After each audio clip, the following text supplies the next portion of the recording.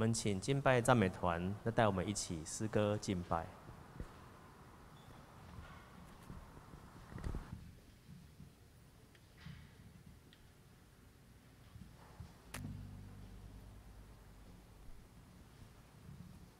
喂，弟兄姐妹平安，很高兴我们又来到上帝的殿中。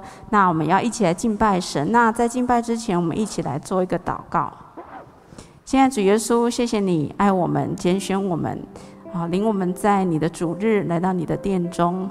主啊，你的爱与我们同在，主你的灵与我们同在。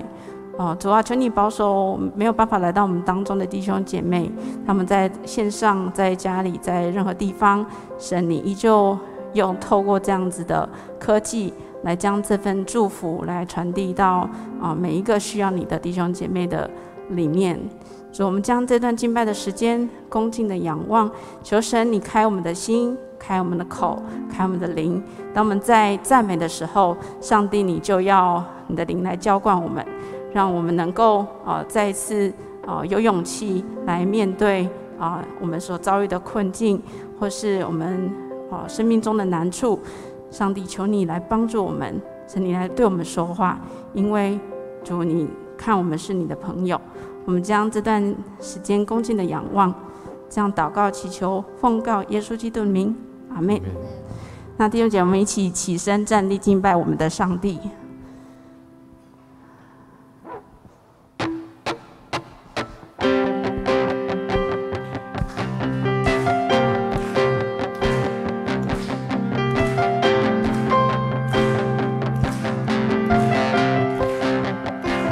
上帝说：“你若遵行我吩咐的，就是我的朋友了。我不再称你们为仆人，因为仆人不知道主人做的事情，而称你们为朋友。”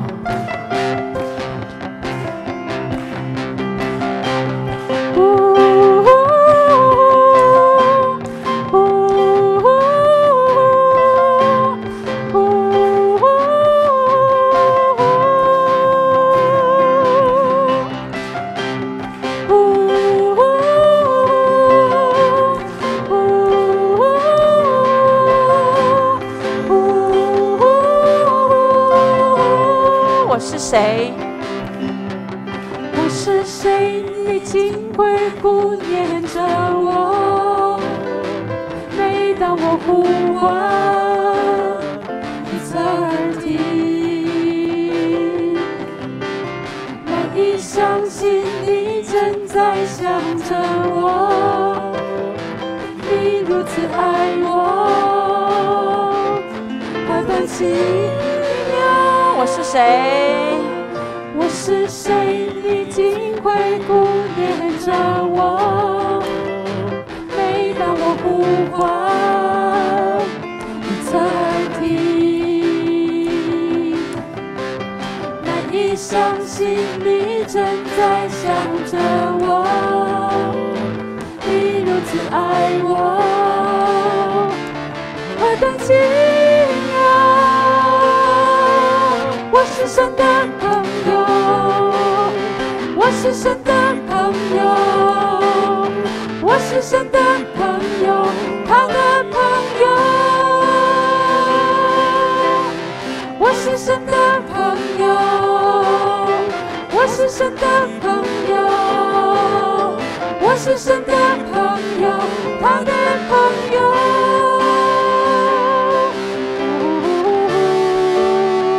我是谁？我是谁？你竟会顾念着我？每当我呼唤，你侧耳听。难以相信你正在想着我，你如此爱我，何等奇妙！我是神的朋友。奇妙！我是神的朋友，我是神的朋友，我是神的朋友，他的朋友。我是神的朋友，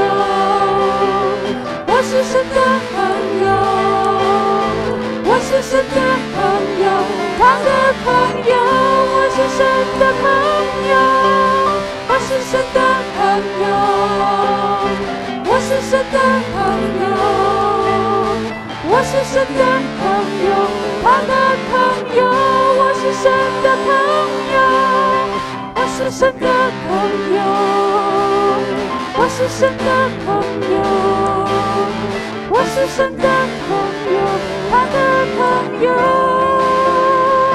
他的朋友，哈利路亚，哈利路亚，全能真神，荣耀的主，称我为朋友。全能真神，荣耀的主，称我为朋友。全能真神，荣耀的主，称我为朋友，称我朋友。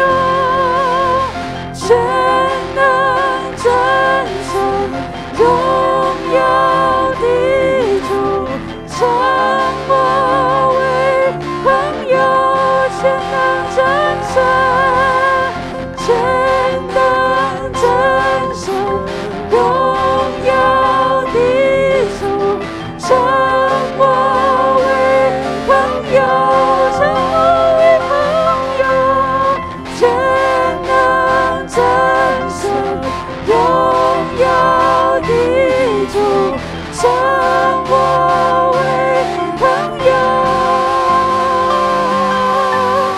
我是神的朋友，我是神的朋友，我是神的朋友，他的朋友。我是神的朋友，我是神的朋友，我是神的朋友，我是神的朋友，他的朋友。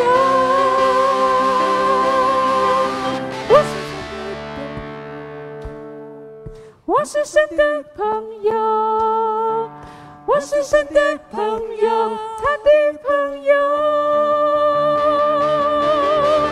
我是神的朋友，我是神的朋友，我是神的朋友，他的朋友。我是神的朋友，我是神的朋友，我是神的朋友，我是神的朋友，他的朋友。我是神的朋友，我是神的朋友，我是神的朋友，他的朋友，他的朋友，他的朋友，他的朋友。我们给我们最好朋友一个掌声。我们将这样的荣耀归给他。谢谢他们称我为朋友，而不称我为仆人。接下来一段时间，邀请大家一起来为自己祷告，求神让我们更清楚知道，有时候我们觉得我们不配，但是求你让我们回想起上帝你的拣选是何等奇妙。不管是透过别人的一句话，不管是透过你从小在教会长大，但是你从来不认识他，但是有一天你对他的话语开始产生好奇，产生想要认识他的这样的渴望。主，求你帮助我们在这段时间回想起这样美好的时刻，在这样子他带领我们认识他的过程当中，他的灵来医治我们，医治我们受伤的心，包裹我们受伤的心。我们在这阵时刻，我们献上我们的感谢，我们享受他带给我们的美好。我们在这段音乐的吹拂当中，我们感受圣灵的风来向我们吹气。我们为自己祷告，为自己祷告。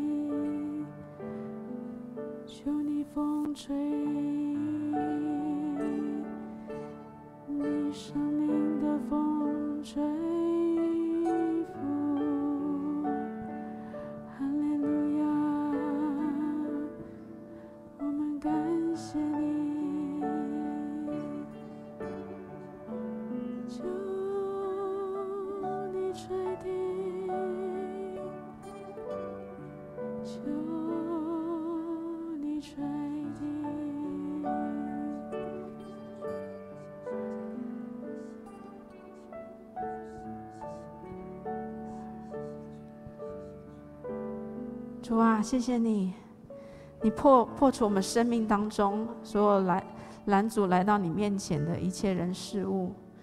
主啊，你破除我们的骄傲。主啊，你破除我们在心中那份坚持，那份固执。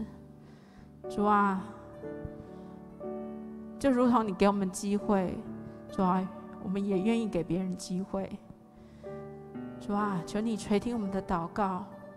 主啊，当你的孩子、你的朋友，主啊，跟你是朋友的时候，主啊，就像如亚伯拉罕，主啊，他为了那城里面唯一的那少数的人来求上帝不要毁灭那城。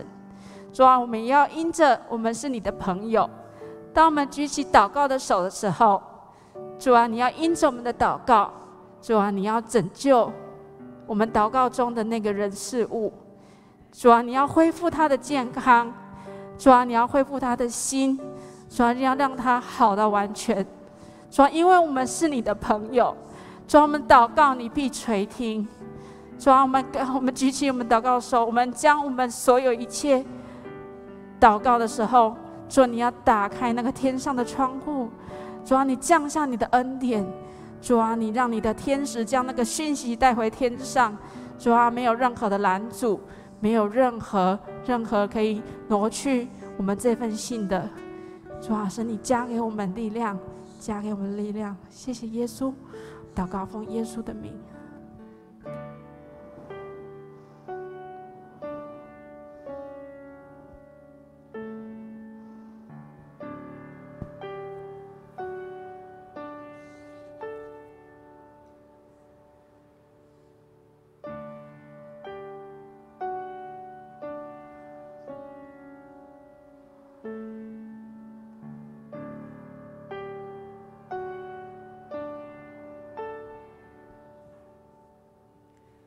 愿我的祷告路上沉淀在你面前，没有黑暗势力可以摇动我的心息。愿我的敬拜到你面前，蒙你悦纳，天使天君屈膝，夫妇敬拜在你宝座前。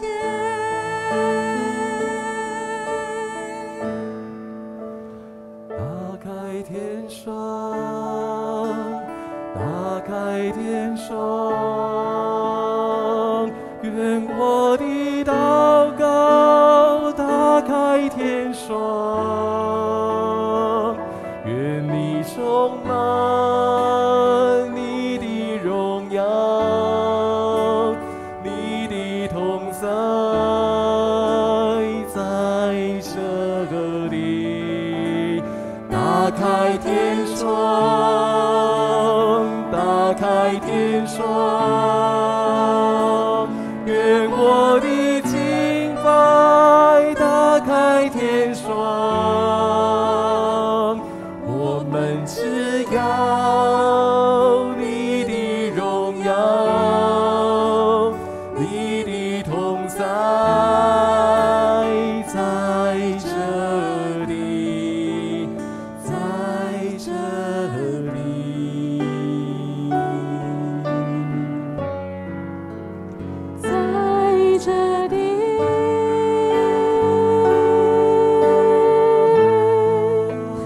在这里，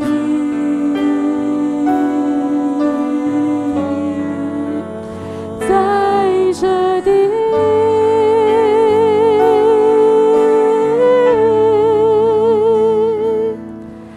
愿我的祷告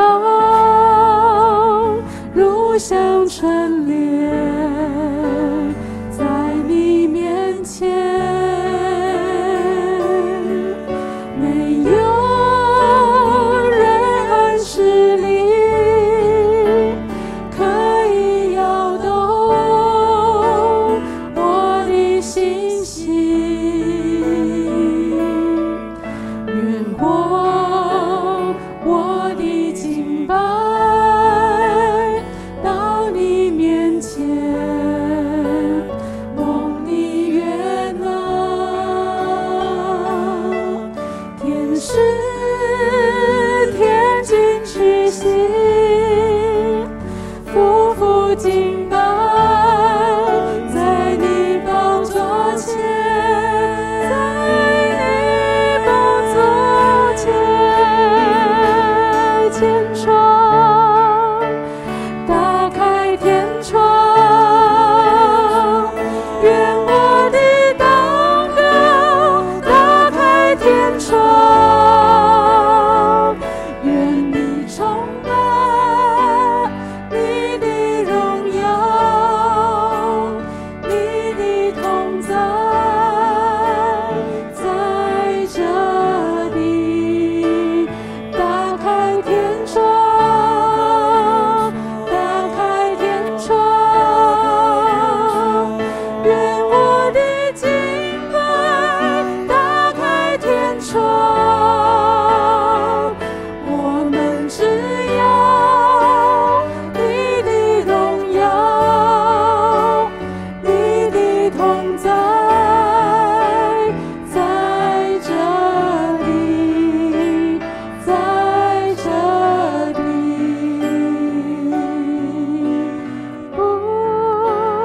在这里，哈利路亚，在这里，在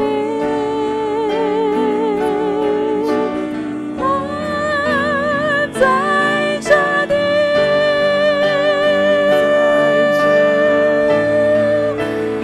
在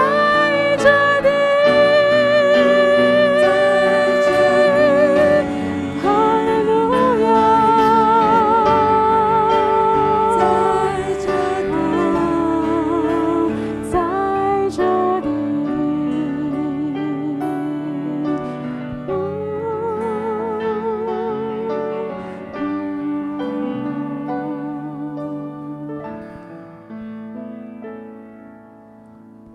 愿我的祷告如香，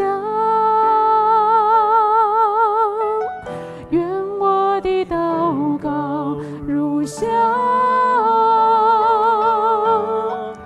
愿我的祷告如香，愿我的祷告如香。愿我的祷告如香，愿我的祷告如香，愿我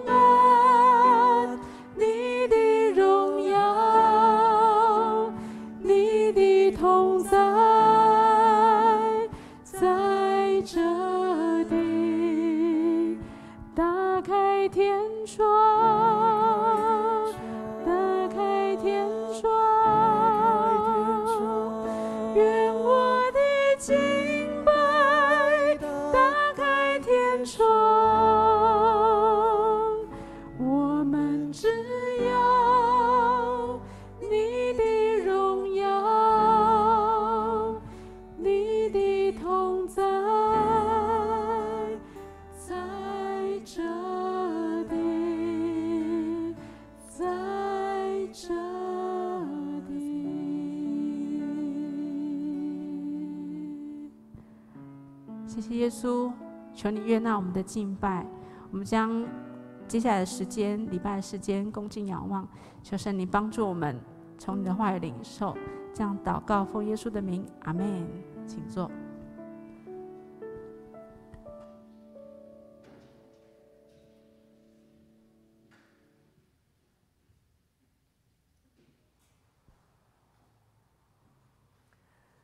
一起来领受上帝的话语。今天的圣经记载在提摩太后书4章6到8节和16章16节到18节。第4章第6节，至于我牺牲自己的时候到了，现在就是我离开人世的时刻。那值得竞争的赛跑，我已经跑过；该跑的全程，我已经跑完；该守的信仰，我已经守住。从今以后，有公义的华冠等着我，就是那以公义实行审判的主，在基督再来的日子要赐给我的，不但赐给我，也要赐给所有爱慕他显现的人。第16节，我第一次为自己辩护的时候，没有人在我身边，大家都离弃了我。愿上帝不加罪于他们。主在旁支持我，给我力量，使我能够把信息完整地传给所有的外邦人。我也从狮子口里被救了出来。主一定会脱离我，脱离一切邪恶，接我安全地到他的天国去。愿荣耀归于他，世世无穷。阿们。接下来讲到刘牧师要带给我们的信息是结束，是开始。各位弟兄姐妹，大家平安。我参与很多运动，但是如果要我选一个让我觉得我最讨厌的运动，绝对是跑步。为什么我很讨厌跑步？因为总是在一开始的时候那个很认真的跑，然后跑了没多久，你会有什么样的感觉？你就开始会有点喘，然后开始那个小腿就觉得很酸。然后所以每次在跑的过程当中，不自觉的我就开始想要停下脚步，然后跑步就是这样，你只要一旦停下脚步，你就没办法再跑了，对不对？你就会觉得再跑起来非常非常的辛苦，所以每次那个我要跑步，通常都是被逼的，然后或者是我跑没多久，一定就会想要放弃。这个时候呢，去那个当兵的时候跑3000就觉得非常的痛苦。当兵的时候去跑3000，然后我就觉得各种体能测验都没问题，仰卧起坐没有问题，伏地挺身也没有问题，丢手榴弹也没有问题，你要叫我做任何事情都 OK。但是就来到那个跑3000公尺的时候，我就开始觉得这非常的困难。然后有的时候我就很羡慕旁边的人，那种真的是很能一直跑的人，你就觉得真的好厉害。但是当然在一个团队当中，也会有一些人他真的也真的跑不太动。就是他可能那个跑没多久就气喘吁吁，然后就变成他只能从头到尾走到尾巴。所以跑步是一个对我来说是一个很困难的事情。不过也常在这个困难当中，每次读到圣经都会觉得，好像你不得不再往下跑下去。因为我们就会发现说，保罗蛮常用跑步的，对不对？保罗蛮常用运动员来作为比喻。特别这一段圣经节，我们很常在那种告别礼拜，我们常在告别礼拜听到这一段的经文，就是我当跑的路已经跑完了，然后我该持守的信我已经守住了。我们常常听到这一段经文，但是我们细细的去感觉一下，保罗到底要对我们说什么？保罗用跑步来比喻他跟随基督的旅程。我们连续几个礼拜在读提摩太后书。你可以感觉得到，在提摩太后书的过程当中，他有一点点想要表达着，好像我人生确实要到末了了，好像我的人生接近要到告终的时刻。然后另外一个部分，因为我的人生好像要到末了的时候，所以他另外一个目标其实是他通过写这一段书信，他想要鼓励下个世代的人。所以我们在读提摩太后书的时候，你可以用这几个角度去做思考。第一个角度是你去想一个信仰前辈，可能是一个老人家，在他即将要到人生末了的时候，他要对你说什么？这是第一个角度，你可以这样去想。第二个角度，你可以去想的事情是，他们在做世代交替。第二个角度就是保罗跟提摩太，他们两个人在一个世代交替的过程当中，他们要如何做好的转换？所以我们可以从这两个角度来认识提摩太后书。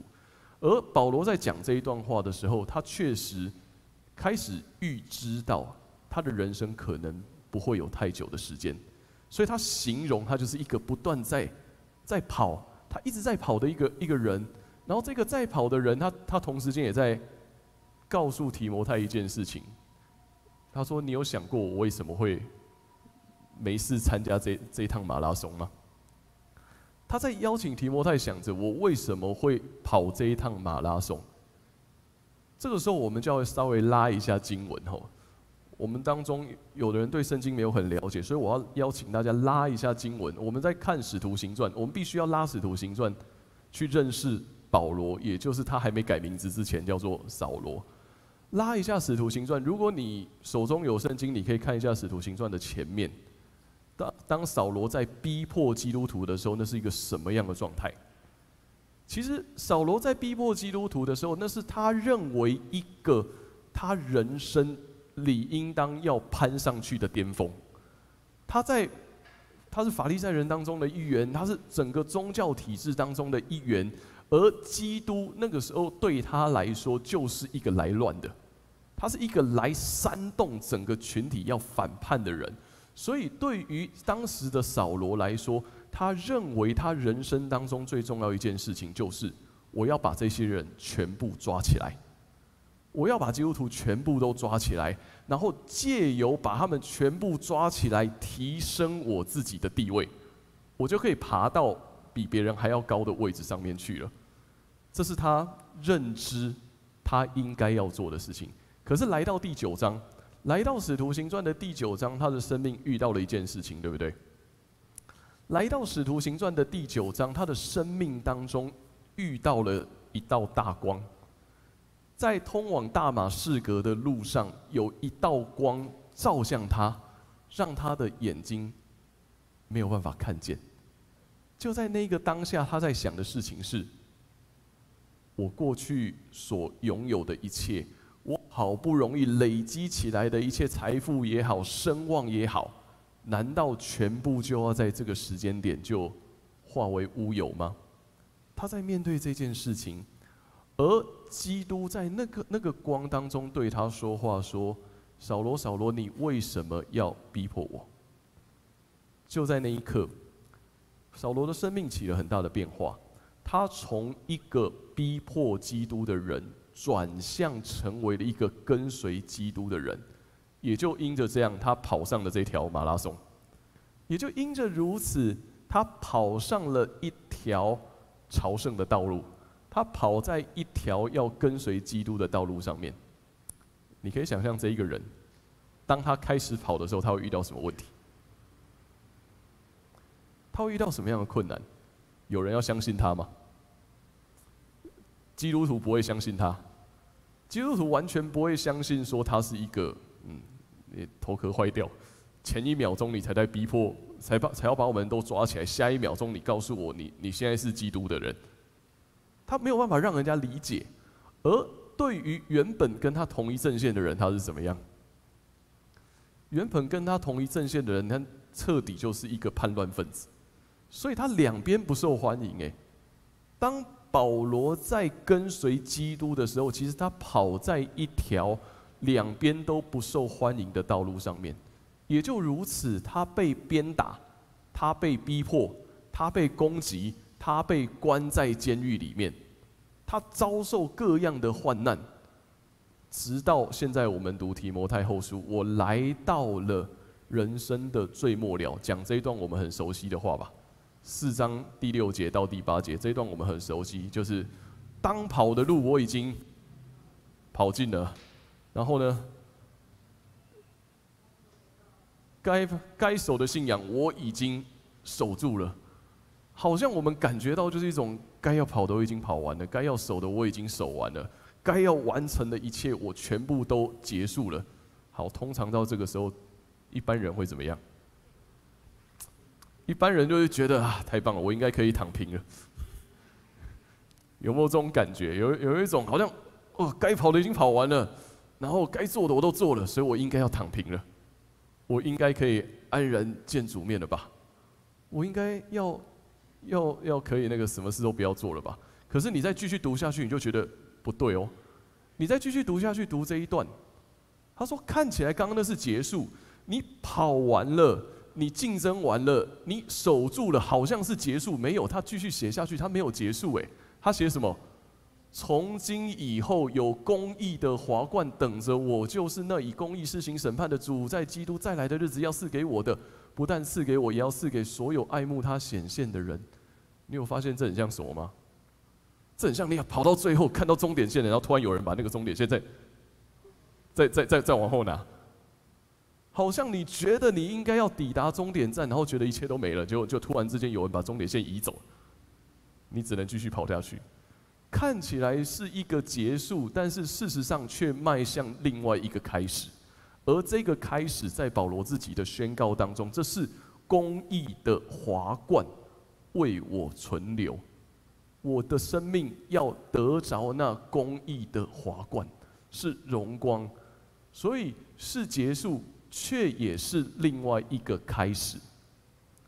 对我们当中还年轻的人不容易有这种经验。你知道结束比开始还难吗？你知道要结束一件事情比开始还要难吗？开始我们随时都可以开始，要结束其实非常的困难。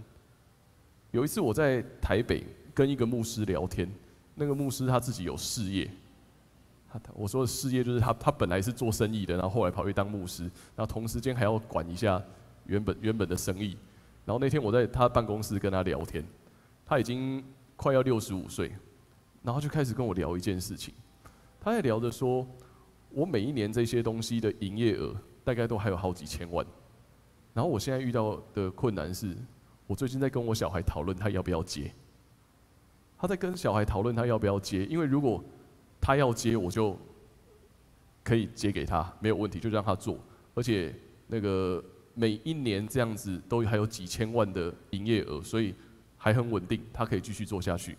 可是他也说，他也问他的孩子说：“你如果不要接也没有关系，你可以选择，你不一定真的要接。”但是只是那牧师就开始跟我分享说：“可你知道吗？只要我小孩跟我说不接，我头就大了。”因为结束比开始还要难。如果他不接了，就代表我要准备把这生意收起来了。他收起来，我的员工怎么办？我要开始处理我的员工，我要开始处理我还有这么多的囤货，我还要处理各种事情。所以他告诉我说，结束比开始还要更加的困难。前几天盛家长老来，盛家长老在跟我聊天，他也说他最近终于那个。真的退休了，把他的工厂都交给其他人去做了。然后我们在对话的过程当中，他也说，光是搞这个结束，也要一两个月的时间，都没有办法很好的处理。所以结束事实上比开始还要困难。可是没有结束就没有开始，没有结束就不会有开始。而结束之所以困难，来自于结束，我们没有办法掌握很多事情，我们没有办法掌握结束，所以结束需要上帝的恩典。结束一件事情是需要上帝的恩典的，不是只有开始而已。你要做一个 ending， 事实上是需要上帝极大的恩典跟保守。保罗在这个时间点，他在做这件事情，他在做一个结束。而他也期待这个结束会带来新的开始，是他自己新的开始。他通过这样子的见证，要鼓励提摩太，他要鼓励下个世代的人，你要怎么继续往前跑？我刚提到了，我们常说这个世代是躺平世代，对不对？我们常说这个世代的人好像就是一个躺平的世代，可以不要负责任就不要负责任，可以不要当主管就不要当主管。可以领今天的薪水，我就领今天的薪水，不要去考虑明天。我们好像习惯躺平，就是可以安逸，我就不要冒险；可以领死薪水，我就不要去冒险要创业。我们所有的事情都在一个我自认为非常安全的状态当中，所以没有人想要担责任，没有人想要升职，没有人想要不能说没有人想要加薪，是我要加薪，但是我不要做更多事情。所以很多人说这是一个躺平的世代，可是我们常常看到的一个现象，我们没有去讨论为什么会有躺平世代。为什么会有躺平世代的出现？事实上是上个世代造成的，你知道吗？事实上是上一个世代造成的。我看一本管理学的书，我觉得他讲得非常的精彩。他说，每一个世代的人都会认为下一个世代的人不如我。你们有认同这样吗？每一个世代人都会认为一代不如一代，都会很直觉的认为下个世代的人不如我。但是，他还有写但是，每一个世代的人却又知道下一个世代面对的问题不是我有办法解决的。这根本就吊诡，这是超级大的吊诡。每一个世代的人都认为下一个世代的人不如我，但是每一个世代的人却又认知到下一个世代面对到的挑战不是我有能力解决的。他说这是一份吊诡。这是一个每个世代都会发生的吊诡。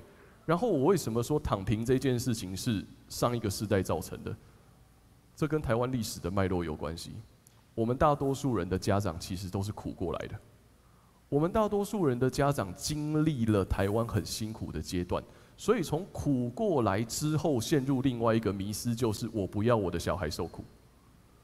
我不要我的小孩受苦，所以我会竭尽一切的能力，想要帮助小孩，然后所以就告诉他：你乖乖吼，卖冒险，你不要太多冒险，你不要做太多危险的事情，你只要好好的工作领薪水，然后就这样子就好了。所以你会听到，从我这个年代到这个世代，很多人如果不知道要做什么工作，你会听到最大宗是什么？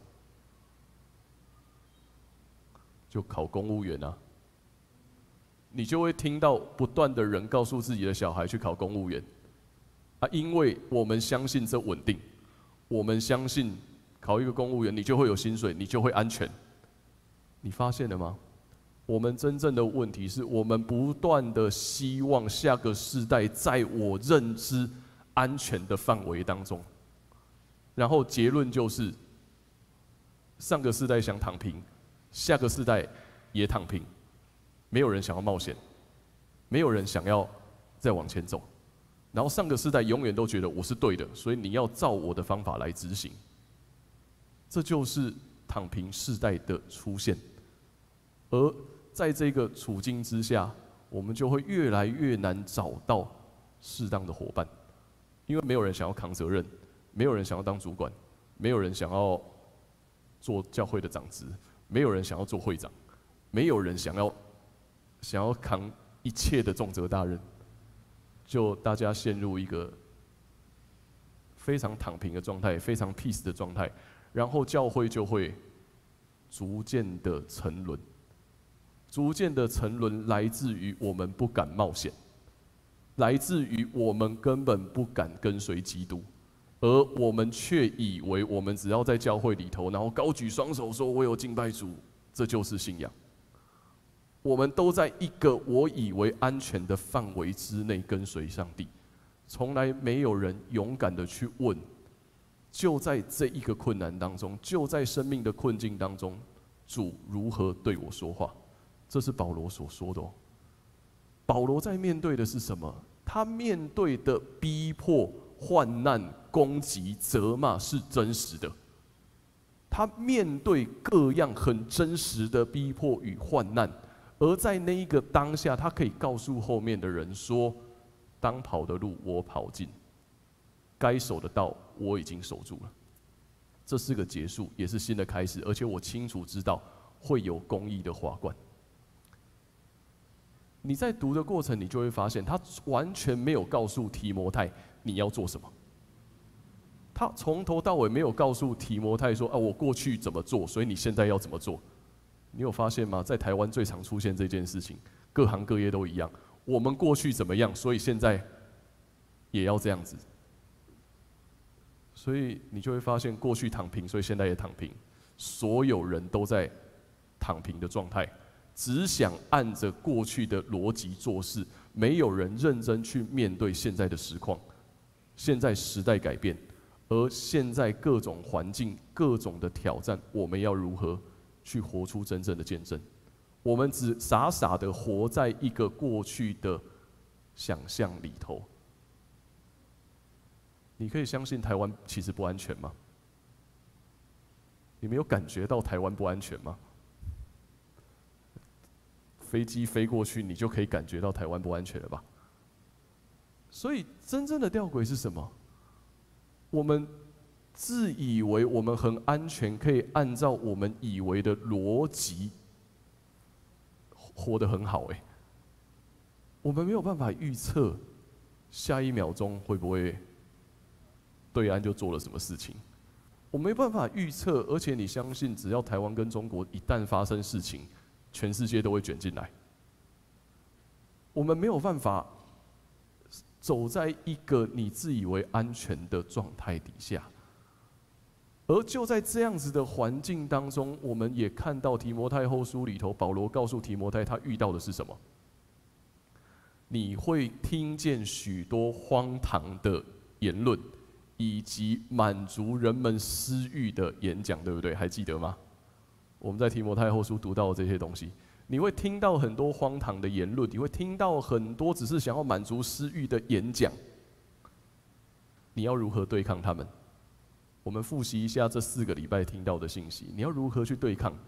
第一个礼拜在第1章里头，我们谈到了你要回到你的信仰从何而来，你的信仰从亲人的脚中，你的信仰从牧者的典范，去看见耶稣基督如何在你的生命当中。这是第一个礼拜第1章的信息对我们说的。第2个礼拜我们谈到了你要知道你所信靠的是谁。人会失信，但他永远不失信。他在带提摩太重新回去看，你看见了你的亲人的典范，你看见了牧者的模范，你看见耶稣基督之后，建立起真实的信心。再从信心上个礼拜你还记得吗？从信心当中再延伸到你要定根在上帝的话语当中，因为圣经都是上帝所默示、所感动。所以你看到它是一个有脉络的延续下来，来到今天我们所读到的第4章。他说：“我要继续奔跑上帝的道路，直到末了。而在那个末了，我要看见新的开始，是结束，也是新的开始。”这4章，保罗一连串的讲下来，他不是在告诉提摩太说：“我过去做了什么事情，所以你这个世代要怎么做。”他不是说我的方法是什么，你就照这个方法。他是告诉提摩太说，你要效法我的信心，你要效法我的信心，跟从在耶稣基督的真道当中，直跑到末了。所以这是一个他在鼓励下个世代的过程。他在鼓励下个世代，你要找到上帝在你生命当中的计划。所以我没有办法解决大家面对躺平的事实，但是从圣经的话语当中，保罗邀请我们去看的事情是：你必须奔跑直到末了，即便你需要扛责任，即便你需要面对危险，即便你会遭受一切的责难与刑罚，都要勇敢的向前走。常常我们的盲点就是，我觉得我奋斗到一个阶段，我可以躺平了，我可以休息了，然后结论就变成说，好像我们说的比做的还要多。我们很会说，但是我们没有人要做。我们变得很能够讲，但是我们没有人真实的愿意走下去，挽起你的袖子来认真下去做吧。这就是保罗在告诉提摩太的。要对抗那些言论，对抗那些荒唐的东西，你只能奔跑直到末了。所以这场马拉松，他鼓励的是我们要继续跑下去。而在这个跑的过程当中，你一定会觉得痛苦，因为就像我说我不喜欢跑步一样，边跑你就觉得小腿开始酸了，然后边跑你就觉得开始喘不过气来了，这就好像人生一样。年轻的时候跑都没关系哦，到你某个年纪之后，你就开始感觉怎么样？觉得越来越疲惫，觉得越来越喘。可是呢，跑马拉松还有一个好消息是，当你看到终点线的时候，现在要怎么办？对吧？有人不冲吗？当你看到终点线出现的时候，有人不冲吗？如果人生是这样，为什么我们觉得我们自己的人生到了某个阶段就可以不用冲了呢？这其实是另外一个吊诡啊。如果我们知道目标就在前方，你一定会鼓足所有的力气冲下去。也就是说，在台湾的社会当中，在不管是社会或者是教会，在上个世代跟下个世代的问题，来自于我们失去了那种迎向终点站的信心，你该冲过去了。我们更多的事情是，很多人只是躺在那里，觉得我不用冲了，给你们冲吧。所以这是保罗在告诉提摩太的事情，而且他也强调，最后16到18节他怎么说？在遇到各样的困难，我在为自己辩护的时候，没有人在我身边，大家都离弃了我。愿上帝不加罪于他们。他说：“主在旁支持我，给我力量，使我能够把信息完整的传给所有的外邦人。我也从狮子口里被救出来。”所以他很有信心的说：“主一定会救我脱离一切邪恶，接我安全到他的天国。愿荣耀归于他到永远。”他邀请我们勇敢的跑下去。而在教会里头，一个很大的福分是，我们不是孤单的。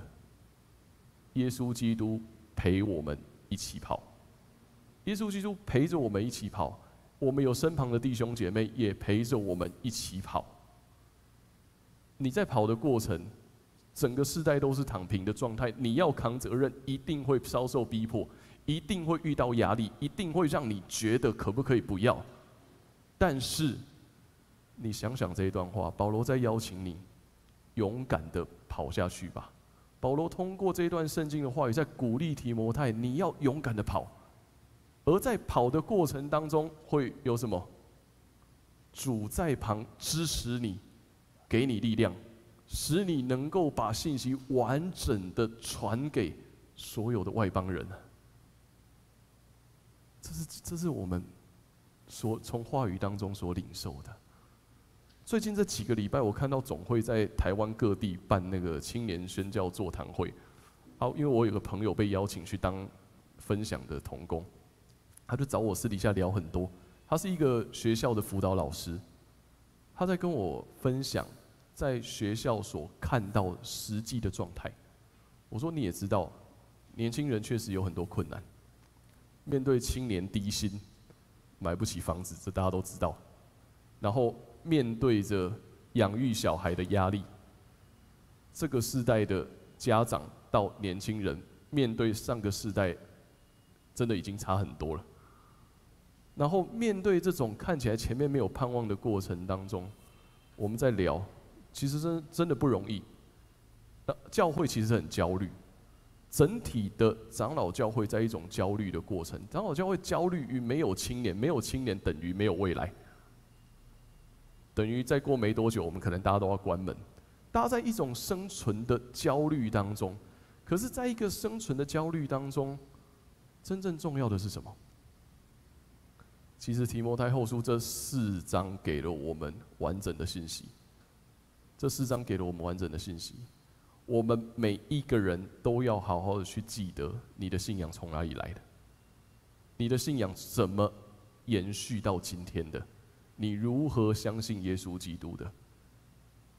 而接着，你知道你所信的是谁吗？你在教会很久，你在教会一辈子好了，你真的知道你信的是谁吗？你真的知道你在信耶稣吗？你真的有认真读圣经的话语吗？你真的有把圣经的话语当成是你生命当中的准神吗？提摩太后书一直在跟你讲这件事情。你要知道你的信仰从何而来，你要知道你信靠的是耶稣基督，你要知道上帝的话语是你生命当中最大的保障。你要知道，我们现在要勇敢的一起往前跑，在每一个结束，看见恩典，也看见新的开始。在每一个结束，它都是开始，而且那个公义的华冠，让我们清楚知道一件事情。成为基督徒是有恩典的，成为一个能够服侍上帝的人，这是神圣的工作。各位，我们要清楚一件事情，常常我们很多时候在躺平的思想当中影响下，我们觉得教会的服侍让我压力很重，教会的服侍好像很累。你完全错了，因为你完全从你的角度在想上帝。教会的服事是一份荣耀，是上帝拣选了我们，让我们能够服侍他。如果不是上帝的拣选，我们何德何能够服侍这一位尊贵的主呢？保罗告诉提摩太的事情一直是这一个，能够成为基督徒是生命当中很大的荣耀。是生命当中很大的恩典，能够成为一位服侍他的人，能够成为一位服侍上帝的人。不管你今天做任何的服侍工作，不管你是牧者，不管你是教会的长职，你是主日学的老师，是敬拜团，是招待，是各个来帮忙打扫的，这是一份荣耀，这是上帝给我们的荣耀。所以在奔跑的过程当中，我是荣光我所领受的职分，而从教会出发来到我们的生活当中，我们有各种各行各业的人，我们当老师，我们当医生，我们在各个地方有不同的工作，它也是一份荣耀，因为我们成为基督徒是荣光。在每一个奔跑的过程当中，去见证上帝所给你的，这是保罗在告诉提摩太的事情，是开始，也是另外一个结束，而结束又会有新的开始。我们永远在奔跑的过程，为要得到那我们是圣者的呼召。所以我邀请大家来看我写的这段话，是结束，是开始。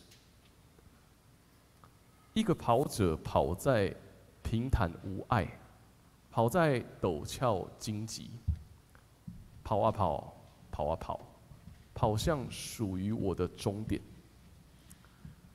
疲惫不堪的双脚，喘不过气的心脏，放弃？不，终点在前方。是结束，已跑进当跑的路，已守住当守的职。胜利的果实将要来到，是开始，新生命就此展开，新荣光就此闪耀，圣者的殊荣恩赐于我。各位弟兄姐妹，我们是神圣的，我们是圣徒，圣者的殊荣已经临在我们每一个人的生命当中，因为基督的爱。因为基督的恩典，让我们一代又一代继续往下跑。下一个礼拜我们会是儿童事工的奉献主日，我们要一起关心教会的主日学事工。我不知道你们怎么看主日学？很多时候我们觉得主日学只是顾小孩，你懂吗？很多教会觉得主日学是顾小孩，为了让爸爸妈妈可以来这边做礼拜。然后很多时候我们都觉得，哦，对，我们以好好的陪伴小孩。未来他们可以怎么样？我告诉大家，你知道这个思想又让我们陷入躺平的逻辑了吗？你知道这个思想让我们又躺平了吗？为什么没有人想过，当他还是婴儿的时候，他在服侍上帝？当他是3岁小孩的时候，他已经是这一条马拉松上面的跑者了。当他是国小，当他是国高中，他已经是神圣的，他是神圣的人，他跑在这一条道路上面。所以每一个孩子，每一个教会当中一代又一代的人，是邀请我们共跑在这条马拉松上面的人。不是以后他才能够服侍上帝，没有，现在他就在服侍上帝，而且他做的可能比我们还好。孩子可能做的比我们还要再更好。我们永远在每一个世代当中看见上帝的作为，也让我们知道，我们需要勇敢的向前跑，看到终点站到来，勇敢的跑上前去吧。在那结束的地方，我们会看见新的开始。让我们一起来唱这首诗歌，你永远如此深爱着我。再一次去确信主基督的爱在我们每个人的生命，带着我们一起跑。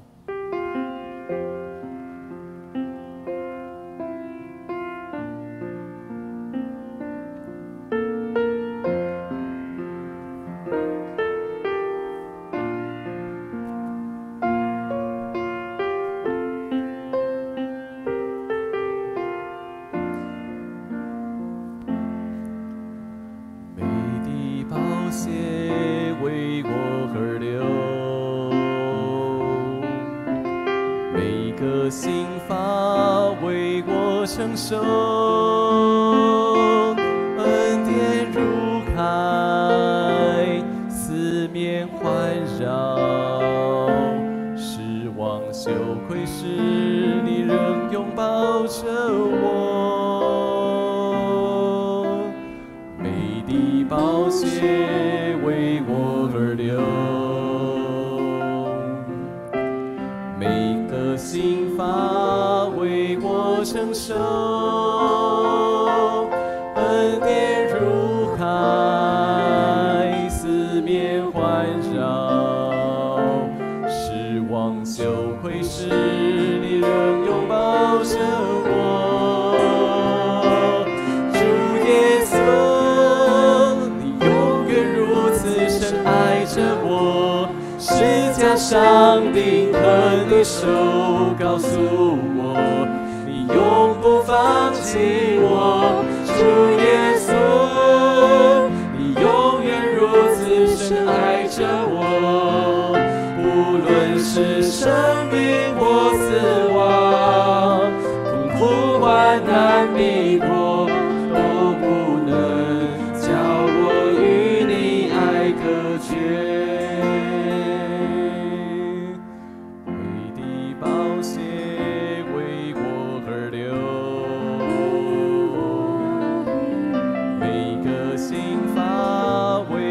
承受，恩典如海，四面环绕，失望羞愧时，你仍拥抱着我，主耶稣，你永远如此深爱着我，十架上钉痕的手告诉我，永不放弃我，主耶稣，你永远如此深爱着我，无论是生命或死亡，痛苦患难逼迫，都不能叫我与你爱隔绝。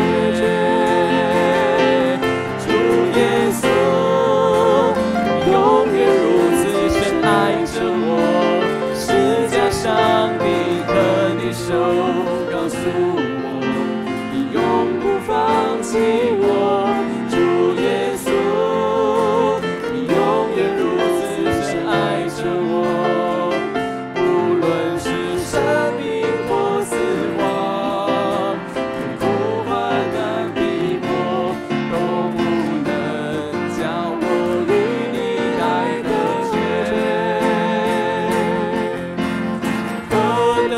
唱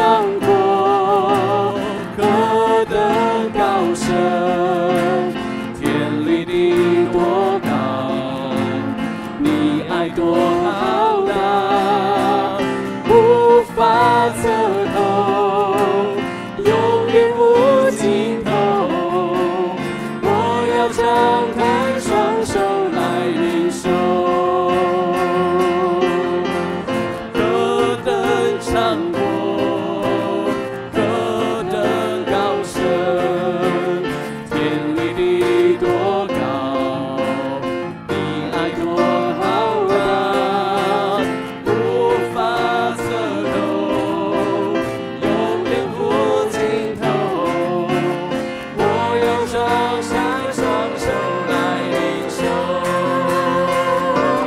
主耶稣，你永远如此深爱着我，十架上钉刻的手告诉我，你永不放弃我。主耶稣，你永远如此深爱着我，不论是生命或死亡，困苦患难逼迫，都不能叫我与你爱隔绝。主耶稣，你永远如此深爱着我，十架上钉刻的手，他告诉我，你永不放弃我。主耶稣，你永远如此深爱着我，不论是生命或死亡，困苦患难逼迫，都不能叫我与你爱隔绝。无论是生命或死亡，困苦患难逼迫，都不能叫我与你爱隔绝。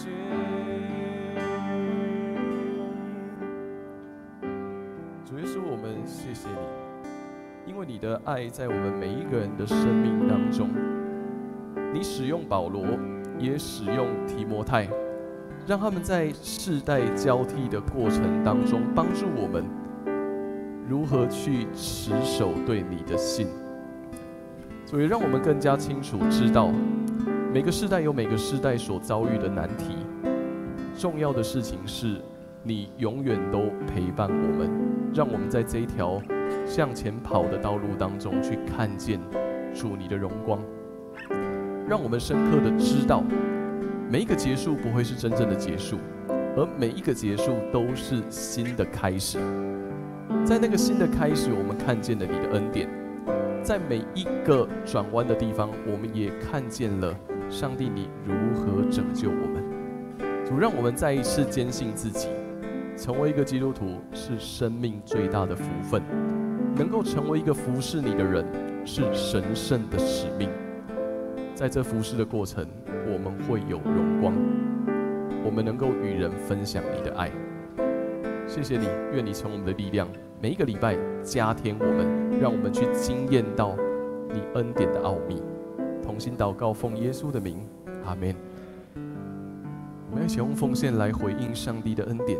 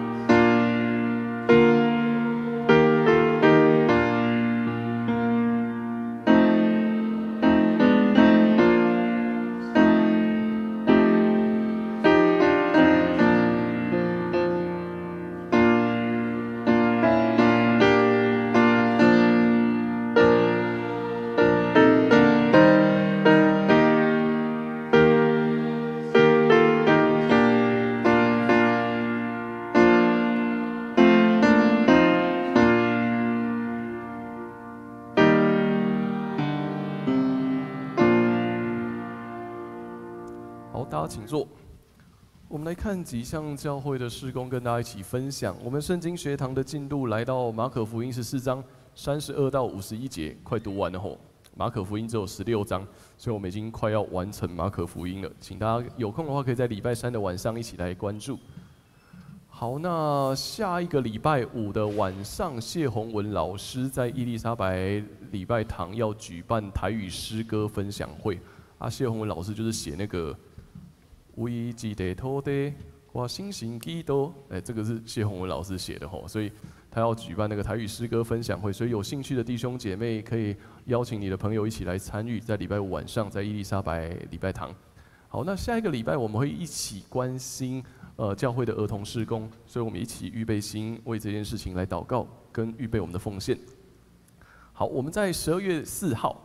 会举行洗礼、坚信礼跟信仰告白，所以如果你有意愿要接受洗礼的弟兄姐妹，请我们在今天之前能够在办公室来报名，以便安排我们洗礼造就的课程。好，那也请各团契跟机构，如果你有2023年预计要做的事工呢，可以在11月6号之前交到世青那边，来我们可以制作我们2023年的事工行事历。那我们会在11月13的长执会召开事工协调会，所以请大家注意这个时间吼。好，那也有人在问说要如何支持教会的历史事工呢？我们可以直接在我们教会的感恩奉献袋上面写为协会奉献，这样就可以了。我们这一个111年度第1学期的奖助金已经审核完毕，那名单在我们的周报上面，如果你有是在这上面的弟兄姐妹，你也可以来跟我们的永贤干事来那边领取吼。好，我做以上这些报告请大家不要忘记11月6号下午还有伊丽莎白纪念礼拜，邀请大家可以一起来参与。那敬拜团要广告，如果你有兴趣想要加入敬拜团的，欢迎找谁联络一下？找谁？找你看到的人。如果你有意愿想要参与敬拜团服侍的弟兄姐妹，请找那个你看得到会站在这上面的任何一个人，可以跟他们联络。那我们通常是在礼拜6，如果有服侍，我们会在礼拜6的下午4点半，我们一起在这里灵修。我们一起灵修之后会一起练歌，所以如果你有兴趣想要参与敬拜团的弟兄姐妹，欢迎大家可以一起来参与在我们当中。好，那我就做以上的报告。好，接下来我们来看几个礼拜的金句，我们一起来开口念2次。那值得竞争的赛跑，我已经跑过；该跑的全程，我已经跑完；该守的信仰，我已经守住。提摩太后书4章7节。那值得竞争的赛跑，我已经跑过；该跑的全程，我已经跑完。该守的信仰，我已经守住。提摩太后书4章7节。接下来我们来一起吟祝福与差遣的诗，圣诗第399首。圣诗完，请牧师祝祷。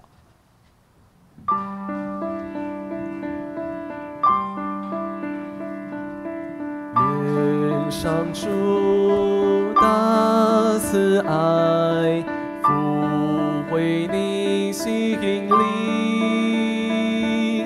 每时刻他的爱住在你心里。愿主荣光照耀你，以此爱恨大海你。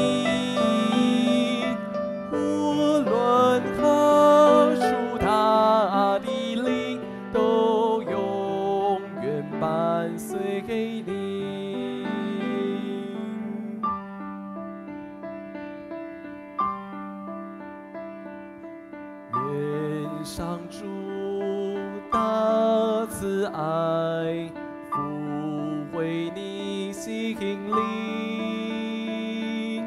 每时刻他的爱住在你心里。愿主荣光照耀你，以此爱更大海你。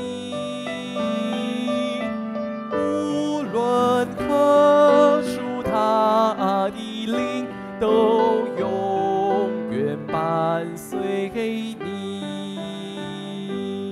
我们一起领受上帝的赐福，愿主耶稣基督的恩惠、上主的慈爱以及圣灵的感动，常常在你们的生命当中，让我们奔跑应奔跑的路程，延续信仰的棒子，一代又一代，使人因你们得着福气，从今时直到永永远远。阿们。请坐。